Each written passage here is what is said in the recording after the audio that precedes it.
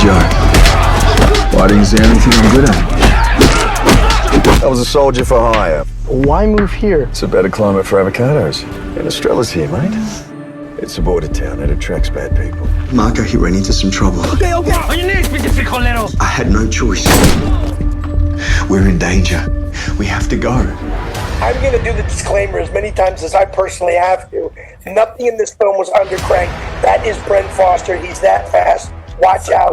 Deal with it. He had him almost in the arm bar, and then we call it like a curly shuffle. He like shuffles out, like, oh, dude, I'm like, we're trying curly shuffle, we call that, we call that the hip escape, because as the arm extends, you turn and kick out and run around, Exactly. What you're seeing when you watch this film is a throwback to another era, and it's an era that's gone by, and they don't make these films very often because they're extraordinarily difficult, extraordinarily demanding. People get hurt doing this, and if you had, here's like Sophie's choice, the choice between either guys to put in another action movie. You got Scott, you got Bren.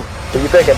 I'm not going to talk out of school, but this was hands down probably my favorite job that I have ever done. Even though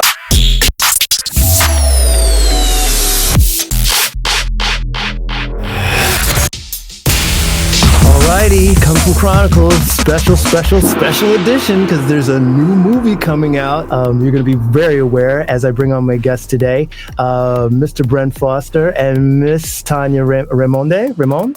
Yeah, there you go. Yeah. Okay, there you go. All right, cool. The new movie MEXI-CALI coming out Friday, March 13th. Spectacular. I got to see the movie already. And welcome to the show, first of all, guys. How are you? Thank you. Thanks for having us. Thank you. Yeah, I got to say, Bren, right away, I'm a super fan, man. In fact, I just was lucky enough to speak to your buddy, Scott Adkins, like right before the holiday. He says, big, almost like movie banner style here, that the only person he hasn't collaborated with on film that he wants to is you. Really? Yeah. That's what he told me. He's like, we're trying to make it work. We're trying to make it work. I know it's going to happen one day. Bren Foster, I think, really good. And I'd like to do something with him before I get too old. Although we're around the same age, but I think he's physically he's so impressive as a martial art. I mean, that would be awesome. Great martial arts. And I told him that's super cool. I got to see you guys on film, like in a film together. It's just got to happen. Yeah, it will happen. We've had it keeps like almost happening and then not happening. But maybe it's divine intervention, making sure that perfect project comes along. So, but I like Scott. He's a gentleman. He's a good guy. Yeah, absolutely. You guys are both so skilled in martial arts, and Tanya, man, you're doing your thing in this movie as well. You had some action going on in this feature. So I did. Yeah. I mean, I was truly just an observer for most of it, but I certainly learned a lot watching these guys. It was fantastic. It's super cool. Let me go ahead and play the trailer so people can kind of get a taste of what's to come with this flick. Call me Joe.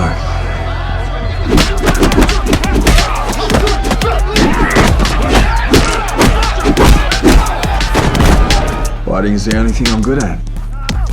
I was a soldier for hire. Why move here? It's a better climate for avocados. And Estrella's here, mate. You know you can't keep your hands off me. It's a border town. It attracts bad people. Think you're something special? Just a farmer, man. Marco, he ran into some trouble. Okay. On your knees, pinche frijolero. Okay. I don't understand. It followed us home. I had no choice. We're in danger. Hope I'm not disturbing you. They did in fact find a shallow grave with the son of the most powerful mafia boss in Nuevo Laredo. I'm not sure for how long, but you and we have to go. Look, I'm sorry. If he's alive, we will find him.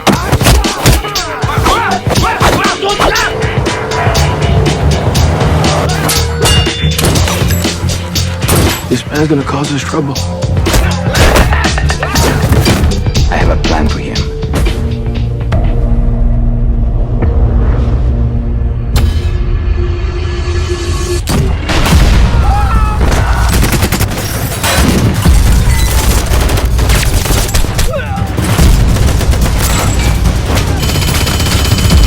This place is the only thing I've ever been a part of that was any good in my life.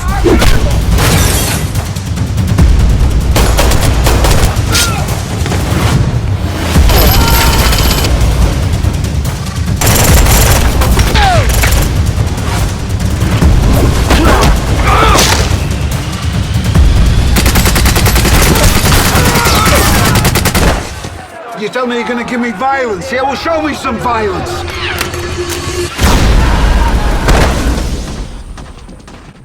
Very, very cool, guys. Very, very cool. So, and you just love Tanya up on that massive machine gun. Just, I was going to ask you about that because, like I said, you get a little taste of the action too, Tanya. But I know this movie's basically, you know, your character, Bren, you're an ex-special forces guy. You end up in this farm, this avocado farm in Mexico, trying to live a peaceful life, and then trouble sort of finds your way. So tell me a little bit, both your guys' takes on this movie, and because to me, it didn't come off like it was just a straight up action film. You've got a couple of themes in it, and I really enjoyed that. So a couple little twists too for me. So it wasn't just a straight up bang bang shoot 'em up thing. So give me your thoughts on it. I think the core of the movie is the relationship between Joe, myself, and I'm going to say it the Australian way, Estrella, which is so just on the record, you know, we all knew it was Estrella, but the Australian in him couldn't say that. He had a lot of trouble with the Spanish language, and she didn't allow it anyway. Estrella said that I had to call her Estrella. Yeah, that was kind of the butt of the joke, and at the end of it, Plutarcho's character kind of says, "By the way, it's Estrella." It means star. So in your character thought it's like, no, just keep calling me Estrella. Yeah, and look, I think that was the core of the movie, because without that, you don't really care, you know. Because right now you're rooting for Joe and Estrella to be okay, to be together, to get their farm back. And you know, his whole world his whole world revolves around her. He's at the farm because of her. Without that relationship and without that dynamic, the rest of it doesn't really mean anything. You can fight, they can be cool, great fights, but when there's some stakes. And Jesse, what's up? Hey, welcome, sir. Welcome. How are you, mate? Good. Seafood Quasi was just asking about like this, you know, about the movie, what's most important, and he said it's not just a, you know, it's not just a straight action piece to me. You know, it has themes in it, and that's what I really enjoyed. And I was telling the guys earlier that it's not just the straight-laced action movie. So I was getting their takes on that. So feel free to jump in as well, because no, I think the strength of the movie is the relationship between Tanya and Bren's characters, 100% for me. But you know, the action guys are going to love the action, and I think they've done an incredible job with what resources they had. But I think this beautiful relationship that's at the core of the story and the film that elevates it. And I love it. I think what they did is magical. It wasn't my writing for sure. It was beautiful. Well, you gotta write some of it in the setup. So, I mean, and by the way, I really enjoy the fact that it starts off right away with the action. There's no time wasted. Hello, sir. How are you too? Good to see you. Good to see you. Apologize for my being late. No worries. No worries. I had Bren and Tanya to keep me company. So there you go. Well, that's good company to keep. It absolutely is. And I told him the neighborhood when we've arrived, I'm afraid. Yeah, exactly. You guys are all good. I was telling him, first of all, how much I enjoyed the film. I just got to watch it myself, so I'm fresh eyes on it. But I was also to get you up to speed, talking about how I didn't think it was just a straight up action movie. You've got a lot of themes in the movie, and I enjoyed it. So I was getting their takes on it. So if you want to chime in as well, feel free. Okay, I've always said it's the Notebook with action in it. Nice. It's all about Bren and Tanya and their chemistry and their amazing performance, and they elevated the movie and for absolutely sure gave it a dramatic edge that absolutely was my dream of not just in any way, shape, or form allowing it to be a typical action film. Yeah, I agree. But the action is superb. So what I was going to say was I love the fact that you guys just start off right away. It's like you go right into these 4 fights and you're like, whoa, you don't even get a minute to breathe. And the choreography is done so well. So I was asking even Bren before we started recording, who was, basically in charge of a lot of the stunt coordination on this one and the fight choreo? Because I wound up still stunt coordinating the film as well as directing.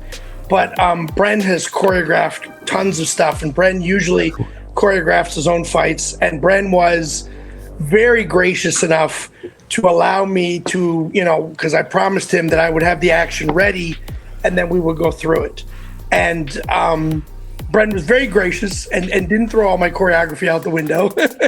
And we worked together, and Bren knows how he moves, and Bren being my friend, I know how Bren moves also. So I tried to gear everything that we were doing to Bren's physicality and what Bren does. I didn't by any means just think in terms of choreographing generic action. I tried to think very hard in terms of specifically Bren, and I was massively fortunate enough that Bren's amazingly talented and does do a lot of his own choreography, so it just was a symbiosis. It was a great blend.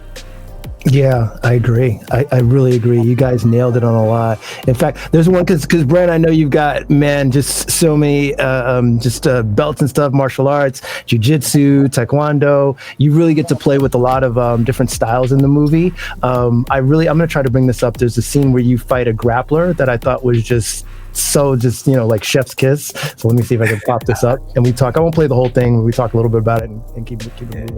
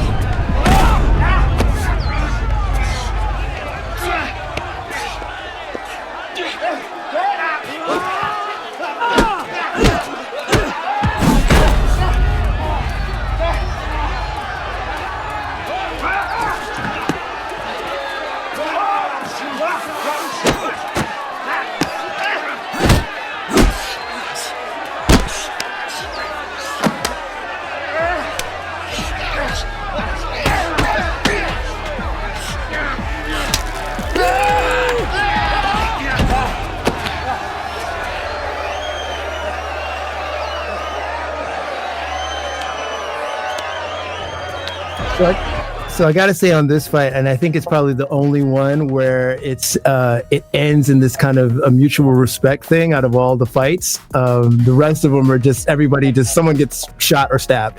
But this one is like, number one, it's, both you guys are so tremendously skilled in the ground game, and you show off all these things. There's so many things in here, and just to give you a background too, I do some Krav Maga, so some ground stuff as well as some Kung Fu stuff. So I've dabbled in a lot of this stuff, but there's some moves where I was like, oh man, that's an amazing getaway from like a submission and different things like that.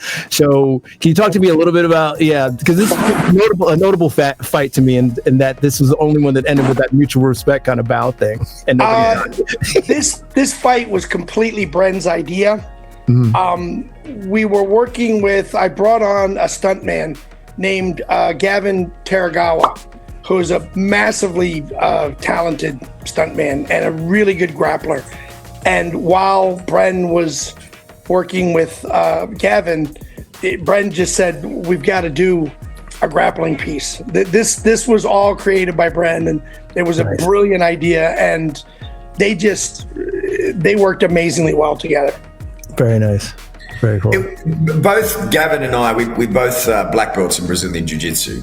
And so when we were putting it together, I mean, Luke was right there, and we're saying, all right, this, and, Luke's going through his head, how to shoot it with camera and stuff like that. But it gets, with Gavin also being a Brazilian Jiu-Jitsu black belt, we were able to we get some high level stuff, especially with the leg locks and the escapes, and even he's got his back and he does that arm and he comes in for like almost like tries to get a Darce choke, and we lift up in the air and we fall back down. And even the submission is quite unique, because the triangle's on And I said, what do you think about this, Luke? And Luke's like, yeah, this is great. So as we're bouncing ideas back and forward, but if you look at the submission, I get his leg, and while he's in the triangle, and I pull his leg across my chest, and then I pull the arm over his leg while I've got him in the triangle. So the way he actually gets submitted is actually pretty unique and pretty cool. But it was that was a fun fight. I know Luke likes it. I know Jesse likes it. I hope Tanya likes it. We happy? Yeah, we happy. Two handsome men rolling around on the ground. What is there not to like? I will say from my experience, I will say that. Go ahead, Tanya. Sorry. I won't make any more jokes, I promise. No, I was just going to say, and you're doing Krav Maga, Sifu, you obviously can probably recognize a lot of that stuff, as a lot of people will. So it's good to see that people can recognize the detail of what's going into that grapple. Because, a lot of people may look at that and think, oh, what are they doing? They're just rolling around on the ground. No, but, when someone understands a little bit of the grappling technique, they can really identify all the locks and then the escapes and actually that final submission too. You guys, there's a point where, like you were saying, you had him almost in the arm bar, and then we call it like a curly shuffle. He like shuffles out, like, oh, dude, I'm like, we try curly shuffle. We call that. We call that the hitchhiker escape, because as the arm extends, you got to turn and kick out and run around. Exactly. This is exactly why we did that fight. Because terminology and everybody acknowledging it and people recognizing stuff. It was also why we chose to do minimal edits in this fight. While they were in the middle of the choreography, I was running around them in circles like an ant, figuring out camera angles so that we didn't have to cut, so that in that sequence, I had Pascal, our DP, literally do a 180 around them and keep the shot going so that we didn't have to cut into the middle of great techniques. Nice. We wanted to show the transitions and the struggle for dominance in the fight. And that's one of the things that I really love about it. No, you guys, again, like I said, on the fights, like chef's kiss. I loved it. But obviously you can't have a great film like this without a really good villain. I think you guys did very well. Number one, Plutarcho, who is, I was telling Tanya before, I'm a big Narcos fan, so that was great to see him. He brought a lot of gravitas and a good feel to it and a real menacing vibe. So what was that like for you guys working with him? He really brought up, obviously, that acting tier, I thought, to a different level. Hope I'm not disturbing you. I dreamed of having a farm just like this one. The cartels had that same dream. Am I making you nervous? I completely agree. That's a testament also to what Jesse wrote. Because when I read the script, it was like you had these really well-defined characters in there, and there was a few people read the script that even I knew, and a lot of people were drawn to that character of Baptiste, and so I think Plutarcho did a fantastic job, and obviously Jesse wrote that and created that, so you've got to look at that. And consider that as well. And then, with everyone coming together and Luke's direction, bringing it to life. And I think there were some great moments, even in particular, like when I'll never forget, there was a moment we're at the table and I can see him talking and see him looking at Tanya. Yeah. And Tanya, I could see like that uneasiness, like really bubbling inside her. And for a moment, I actually forgot where I was. I was so into the scene. Really? And I'm thinking, all right. I think that's one of my favorite scenes in the movie. You guys, the three of you around the table with Kris. At the table. You just did a great job. You transcended what was written, and it's because of the wonderful dynamic you guys created on set. I mean, it's Luke and you guys. It was so. It felt very real, No one was in there pretending to be anyone. It was it was playing so well because you literally had like Plutarcho playing like the devil comes to dinner kind of thing, but at the same time, like Bren, your character's like, all right, you got to go, but then Tanya's like, no, let's we got to do the polite thing. We're in Mexico. We can't just be rude. I know this guy wants to kill us, but we still have to play the role. I thought, and no spoilers or anything, but like a very interesting twist for your lead villain in a film. I'm not gonna go deep spoilers in it at all, but I thought that dinner table scene really set the tone very well because this guy he's not just like a mustache twirling villain. He has levels, and I really appreciated that. So each level, you're like, they really so good. Yeah, the dinner table scene was amazing to watch as it was unfolding, because all of us got just sort of completely hypnotized, because it took hours and hours and hours for us to shoot that. But it was long. It was about 9 pages, right? Yeah, right, it was. Luke? Wow. Yeah, it was a long scene. You guys probably spend a morning on that. You guys, yes, we did. You guys were amazing at falling into that sequence and making it real, and bringing so many things that were in between the lines of the writing. Because the scene, when Jesse wrote it, and when I read it, that scene always like jumped out. I was like, oh my God, this scene is gold. But you guys, the three of you, just made that sequence so intense and so real and so multifaceted that I was just kind of sitting there watching, trying not to drool, going, oh my God. And I know what's going to happen, but I'm like, what's going to happen next? Oh, I'm so caught up in this. Well, Luke, let me also ask you too, Luke, because is this your directorial debut, technically? Because I know you've done stunts forever and stuff. What's it like now flipping it around? You're on the other side, on the camera side, and doing the directing versus being straight in the action. I'm going to interrupt very quickly. He has directed action for me for the last 20 years. He's extraordinarily experienced on set, and that's the reason I felt so comfortable having him on this one. So carry on, Luke. No, I've been really fortunate to have worked with somebody for 25 plus years that's given me massive amounts of leeway. I don't think there's any other director that would give me the trust that Jesse's given me over all the years to literally just disappear and come up with whole sequences where another director would have flipped out by day 2 and would have been like, you're not giving me feedback. I want to know what's going on. And Jesse has allowed me to bend things, change things, take way too much license, way more than I should. But I always tried to do what I was doing in the vein of, I'm doing it for Jesse and I'm doing it for the movie. I'm never doing it for myself.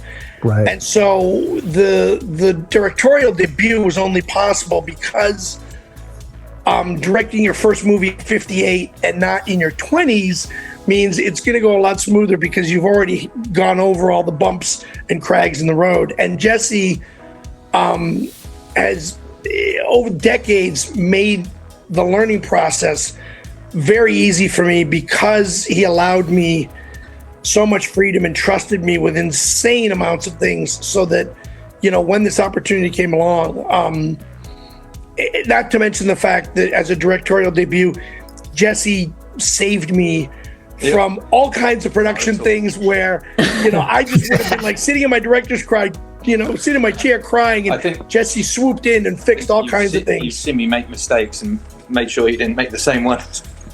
Well, I've seen some things and gone, oh God, I got to make sure I don't do that. But it wasn't your mistake, Jess. It was a situation. It wasn't like, oh, Jesse screwed up. It was a situation that was nightmarish. And I was kind of sitting behind Jesse going, how's he going to fix this? This is not his fault at all. And he would sit there and completely restructure a scene out of a massive problem and turn it into something else and still make it work. And I was going, that's directing. That's directing, because somebody else would have been like, nope, that's it. We're wrapping. We're going home. This day's blown. And Jesse would flip everything on its head and still make it work and save his own day. Nice. Well, can I say something? Oh, absolutely. From my perspective, please. I mean, and this is kind of what both Luke and Jesse are talking about. But also, I mean, Bren and I met a long time ago on a show called The Last Ship, and then we worked together again in South Africa on a crazy shark movie where we played like mortal enemies, and we had a really good fight scene in that where a really brutal fight scene. Well, he tried to drown me. That's the best you got, you stupid.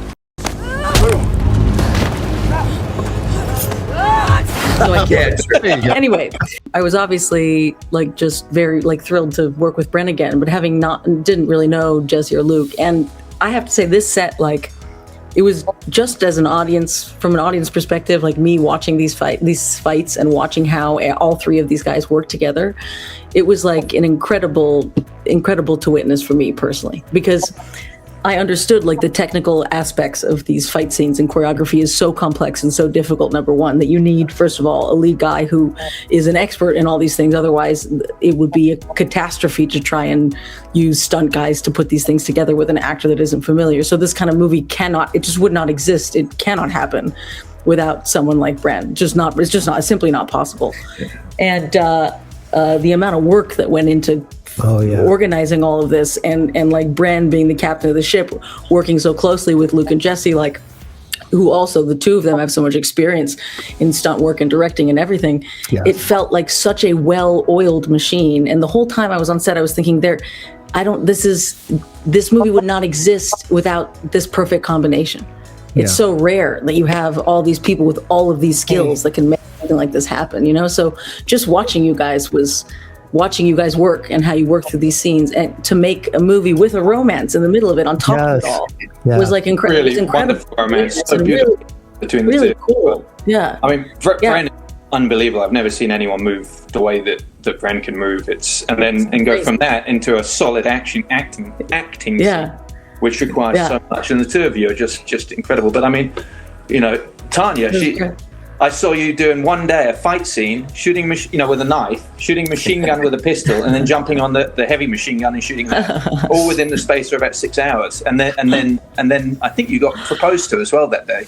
Yes, I got proposed to. Just like your average proposal day. It's an amazing shoot. I mean, that's it was incredibly fast. Physicality and emotions, and it's all mixed up, and it takes a special kind of actor to be able to do that and really handle. Thank you. Well, that's after 2 weeks of watching you guys work. Truly, I mean, I was very, very impressed. I was going to ask you too, Tanya, how was the training for you? Because obviously there's not to give away too much, but there's a portion where you're not just a damsel in distress and you flip on the action, your acting moves, and you got the action going for yourself. So how was that training for you? Well, she's like a woman of principle, right? And she needs to defend her farm, and she loves Joe. She loves her man, so she'll do anything. I practiced with Bren. I remember practicing the knife stuff in the hotel room. I have some videos. Some videos of the training. So look, I cannot compete, but that was never the goal or anything. But like, hey, I'm learning from the best guys. If I can't learn from these dudes, how am I ever going to figure out how to do this? So it was a great pleasure and super fun to learn. But just what, like Bren said, like I was like a little kid watching these fight scenes on set and videoing them, because I just thought it was like the coolest thing to witness ever. I mean, it definitely just wild. It showed that you put the work in. I mean, it really, you showed it on screen. She really did, because Bren and I threw her in the deep end of the pool. And we were just kind of like, okay, knife stuff, let's go. Yes. And she did so good. Bren and I are sitting there, coming up with all these complicated things. And it was like, no, Tanya can do this. And I just kind of stood back and watched the two of them. And I went, this is exactly what's going to happen when we shoot this. Because there was just a symbiotic relationship where it was like a dance. Yes. And Tanya picked it up so quickly and put the edge on it so quickly. Within 10 minutes, she's taking real shots at Bren.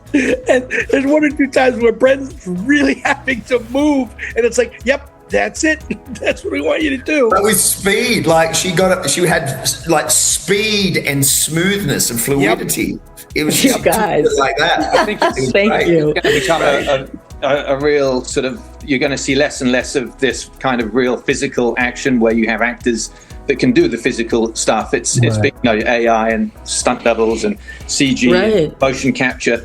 What you're seeing when you watch this film is a throwback to another era, and it's an era that's gone by, and they don't make these films very often because they're extraordinarily difficult, extraordinarily demanding. People get hurt doing this, and it's no joke. I mean, the pressure and the intensity of the physical kind of demands that are put on the cast, and in this case we're using the cast.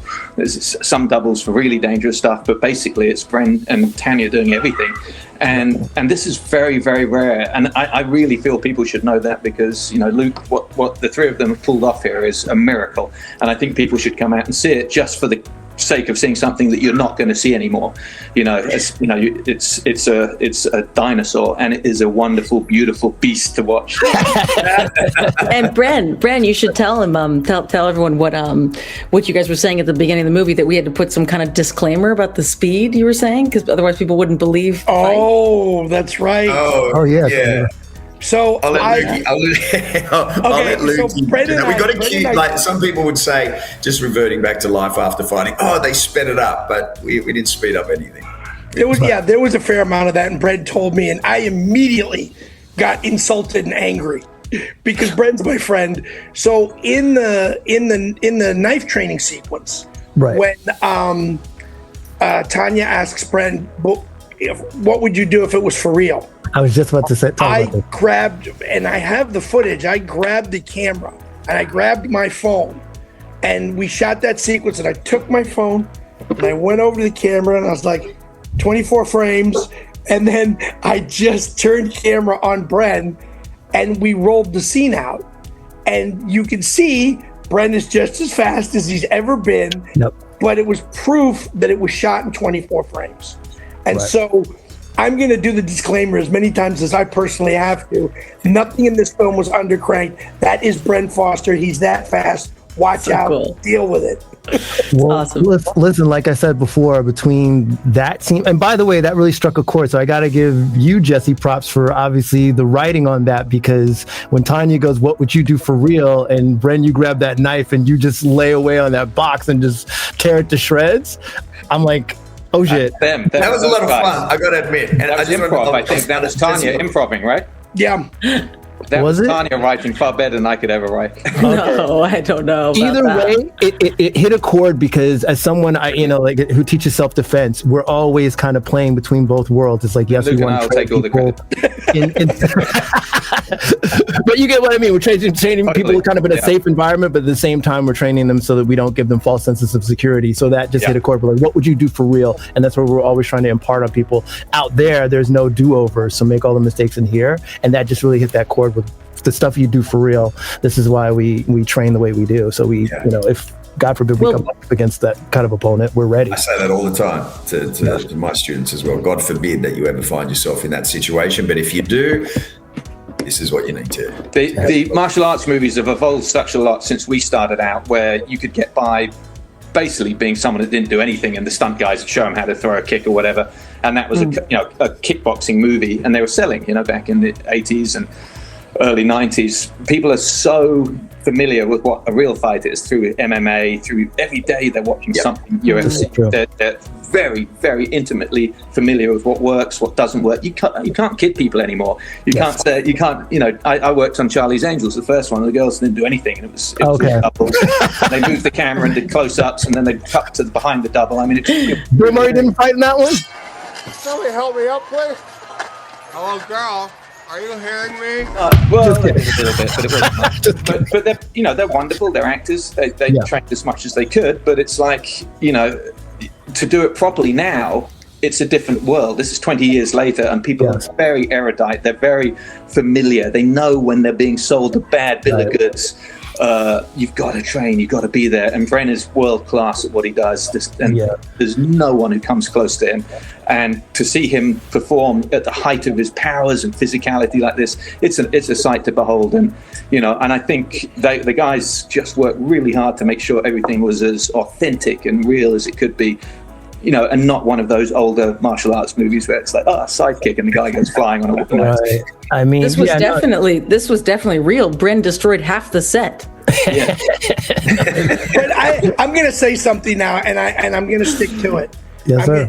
Secretly, Bren is actually a superhero, because and I reiterated this when we were on set, because something that Bren does when he wants to regenerate, he goes, "I'm gonna go sit in the sun." I'm like, okay, Superman. He broke 3 solid props on set. He shattered this plastic gun that was not a toy kid's gun. It was like a full-on prop airsoft gun. Oh wow! And okay. He just shattered it in pieces. And I went and picked up like the same gun, and I went, Bren, look at this. I can't break this gun. You shattered it. So there's a there's a level that Bren kicks into where his physicality and his athleticism, I just sit there and go, wow, when the world really does need a superhero, I'm going to come knock you on Bren's door and go, you're up. It's your time now.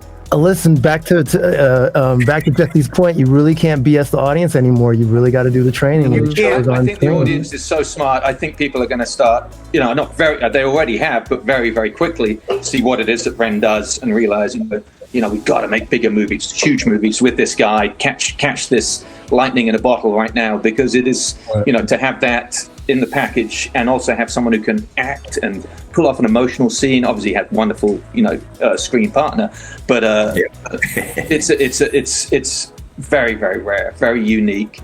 And I think this is going to just be the first of Bren Foster takeover, as far as I'm concerned. I really believe it. Before you guys got on, as a matter of fact, we were just talking about, because I had gotten to speak to Scott Adkins a couple months ago, and obviously, Jesse, you work with him on Accident Man and a few other stuff. So you're saying that, but if you had, here's like Sophie's choice, the choice between either guys to put in another action movie. You got Scott, you got Bren. Who you picking? I'm not going to talk out of school, but literally 2 days ago, I got a text from Scott the moment the trailer came out. You're saying and it said, we have to do a picture where I'm Bren's brother and Scott, the two of us together. He said, everyone's going to be mad about that one. And I'm going to take the fifth and say, that would be the ideal martial arts movie right there. I think that's... Sorry, I know. They can both beat me up, so I'm not saying anything more. I know. I know Scott really well. I know Bren really well. I wouldn't choose, and I wouldn't have to. If it were my decision, absolutely, there's no such thing. It's like... That's not what we do. We're in the minority now. We've got to make movies that are great and get out there. It's not about saying anyone's better than anyone else. No, absolutely. To have the two of them on screen would be phenomenal. I think it's a great idea. We'll see what the gods have for us, but we're just really lucky to have had this picture with Bren, because... people are seeing, they're discovering something new, I believe, and it's going to kick ass, and I think he's going to kick ass. Tanya is unbelievable. What a cast, man. What a cast. Speaking of the cast, really quick, before I forget, you guys had Kris Van Damme in this one. How was that working with him? And it was nice to see him in this kind of villainy role, but a lot of skill there too. I love Kris. I'm very close to Kris, and I wanted Kris to be in the film. And I've worked with Kris a number of times, and Kris is sort of like a little secret weapon, because I really wanted him to be in the film as an actor. I didn't want Kris to be seen, because this is a personal thing between Kris and I. I didn't want Kris to be seen as Jean-Claude Van Damme's son. Right. I didn't want it to be like Jason Jr. and, oh, look, we're going to mimic all these things. I wanted Kris to be seen as himself. Yeah. And Kris is, a very kind-hearted, big-hearted person who gives 200%. And it was kind of a big uncle joy for me to watch Kris and Bren work together. Because Bren was so gracious and they worked together so well. And I was just really, really happy to have Kris in the film. Yeah. What are your thoughts on that one, Bren? Look, Kris was fantastic to work with. He's such a gentleman. He's very articulate, and I'm not using the word gentle in it. Like he speaks to you with a very gentle tone, and he's very, very easy to like. But then in a scene, whoa, man. You guys he can push buttons, because we had this one scene, and I remember. You don't get to see all of it in the movie, but it was good. Like, just in terms, strictly speaking, as an actor, you guys go at it. Yeah, it was fantastic, and you're just so fortunate enough to have people like Luke and Jesse to be there and create that environment. And allow the actors to explore that way, to allow Tanya and I to just completely live in the moment and explore. And I've just got to just say that, and again, and Kris was fantastic to work with. Plutarcho, fantastic to work with. Tanya, oh my God, it was an absolute blessing that she came on board and played Estrella. And mainly, absolutely because of Tanya too, and Jesse and Luke. But this was hands down probably my favorite job that I have ever done. Really? Even like when I'm in my other films, like even with Life After Fighting and Relentless, it's so hard with those films that there's part of you that it's just so taxing and draining. But here I could come to set. I had, amazing people to bounce off in Jesse and Luke and Tanya and the other guys too. And then I could go home to the hotel and just relax, kind of sign off and have a rest and then come back the next day. So I've genuinely got to say this is probably my most favorite. It was the most favorite job that I had ever done. Don't get me wrong. There are other jobs that I liked and enjoyed and whatnot, but this one was my favorite. And I think it comes down to the people that it was with. Well, that's a hell of an endorsement. I got to tell you, though, too, guys. Beautiful endorsement. Thank you. Yeah. Wow, thank you, Bren. So sweet, Bren. It was really cool, though, to on the Kris aspect of Van Damme. In the beginning, it was a little bit of a misdirect for me. It was like, I kind of thought like you did. Again, okay, they're just going to display him as Van Damme's kid because he kind of comes in super silent, not saying anything. Then all of a sudden it flips around. It's like, okay, great. Now we get to see some acting chops and some other stuff. So props again to the writing. A nice little misdirect here. It's like, you thought we were going to do that, but we didn't do that. He was fantastic. I love watching him on camera, too. He does have it's funny. Bren is right. He is a true gentleman. He almost has like an old-fashioned throwback quality to him. He's a young man, but it's almost as if he's from like some different time or period. Like, and I don't know if that's like it's true though, like the spirit of his father in him. I think like there's something very like, there's a formality to him in a really gentle way. That's like surprising to see like in a young actor, which is interesting, but he's also very respectful and takes his job very seriously, as everybody did on this movie. I mean, there's just no doubt. But I remember, this is the first time in my life I've ever like looked at a schedule and listen to like the ADs or the director talk about how this had to be scheduled in accordance to like how tired Bren was going to be on what days with all these all the action scenes. Like that was something they had to consider too, because I mean, every other scene is a fight sequence or fight scene, right?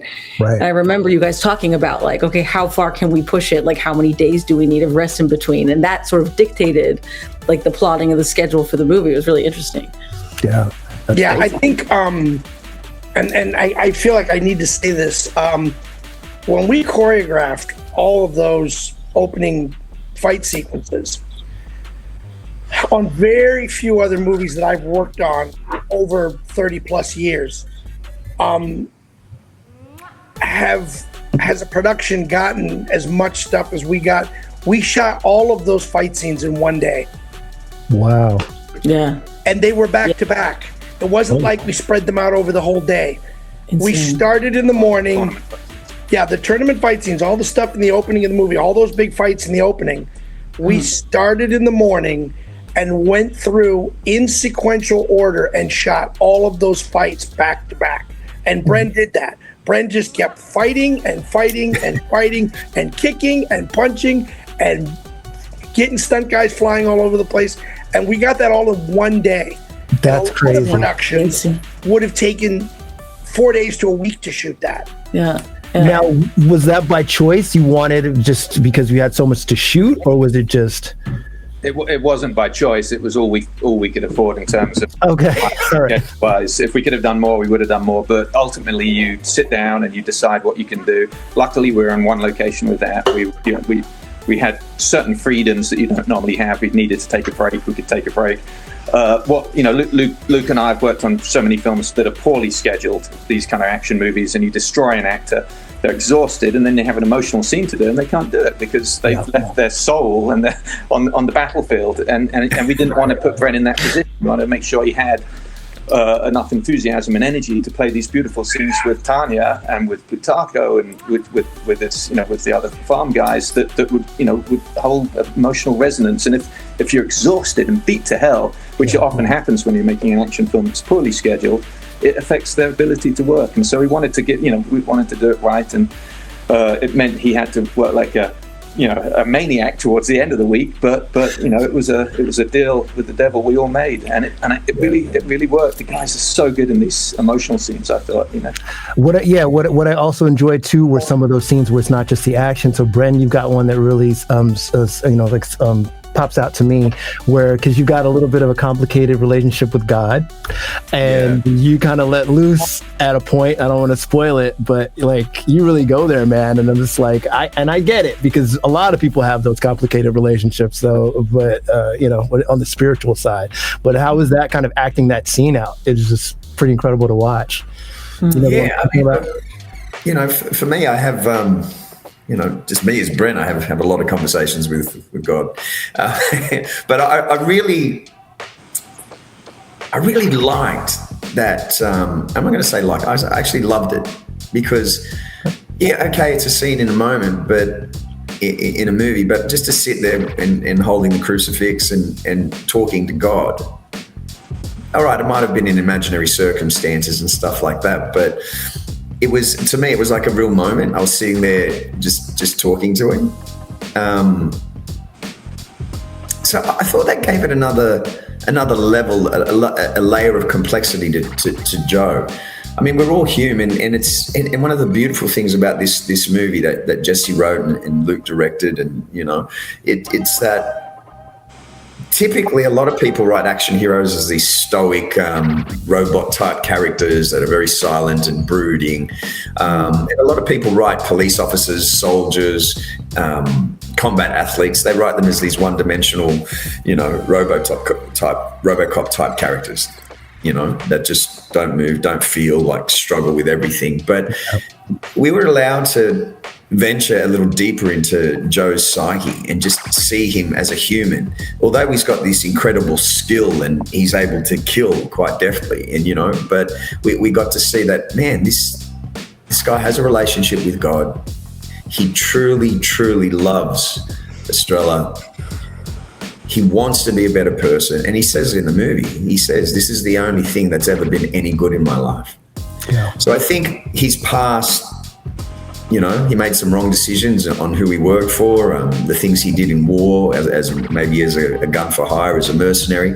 Maybe there's a lot of some things that weren't so good in his past, and he's trying to make his peace with God. He's trying to love the woman he deeply loves the best that he can. You know, he enjoys farming, even though he's not very good at it. Yeah.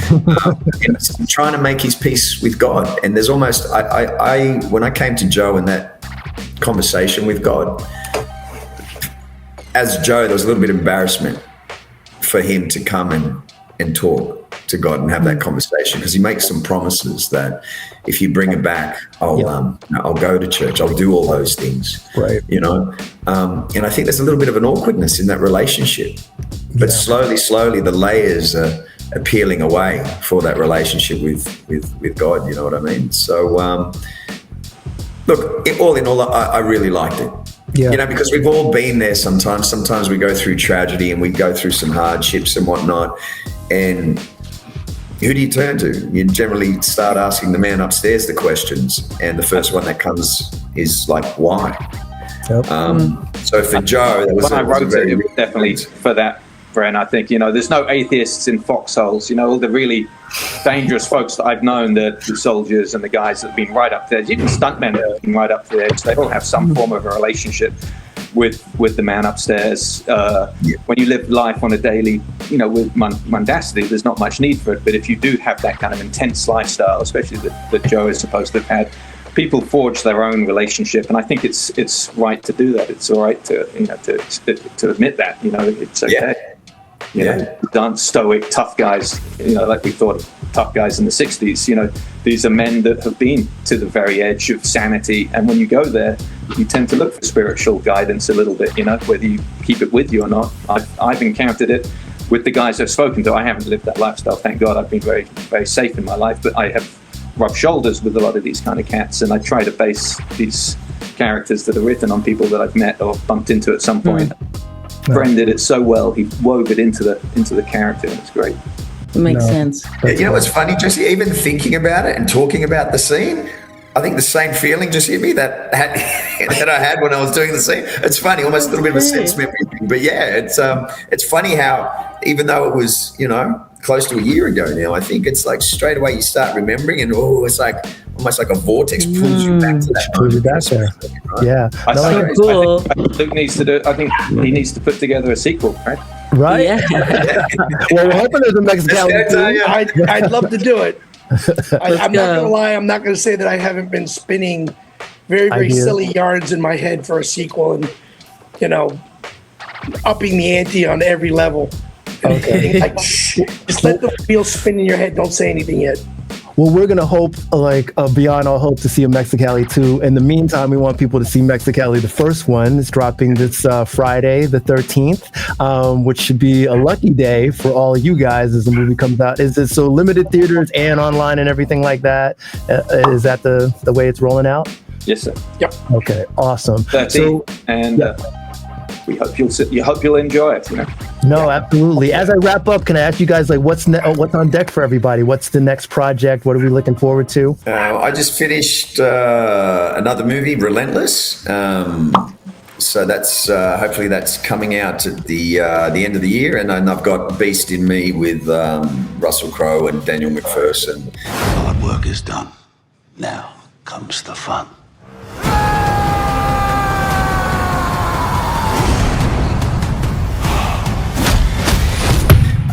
10th of April, I think that's going to cinemas in the States. So it's a really nice thing. I've got MEXI-CALI, Beast, and then hopefully at the end of the year, Relentless will be out. So very sweet. What about you, Tanya?